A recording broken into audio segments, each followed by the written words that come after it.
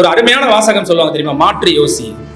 நீ ஒவ்வொரு தரையும் மாற்றி யோசிக்கும் போது நிச்சயமா உனக்கு உன் கேரக்டருக்கு ஏத்த மாதிரி எப்படி கான்சென்ட்ரேட் பண்ண வழி கிடைக்கும். இப்ப உதாரணத்துக்கு ஒரு கவனம் சிதறுது, எதனாலலாம் சிதறுதுன்னு ஒரு பேப்பர் எடுத்து எழுதிப்பாரு. செல்போனால சிதறுது, ரைட். செல்போனை ஒழிச்சு கேட்டா என்ன வழின்னு எழுதிப்பாரு.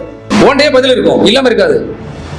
செல்போன் இல்லாம வாழ முடியாதா? முடியுமா? முடியாதா? முடியும். முடியும் அப்படின்னா முடியாது அப்படின்னா முடியாதுன்னா ஏன் முடியாது? எனக்கு நிறைய பேர் கால் பண்ணுவாங்க. யாரு கால் பண்ணுவா? கலெக்டரும் கவர்னருமா பண்ண போறாங்க? சத்தியமா கிடையாது. உங்க அப்பா அம்மா தான்.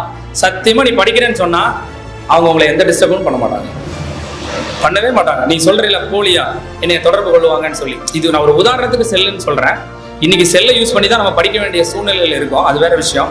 பட் இருந்தாலும் என்னுடைய கான்சென்ட்ரேஷன் மிஸ் ஆக என்ன காரணம்? நீ உட்கார்ந்து எழுதுனாலே என்னைக்கு விடையை உனக்குள் தேடுகிறாயோ அன்னைக்கு உனக்கு ஏற்ற மாதிரியான விடைகள் உனக்கு கிடைக்கும். The best motivation is self motivation.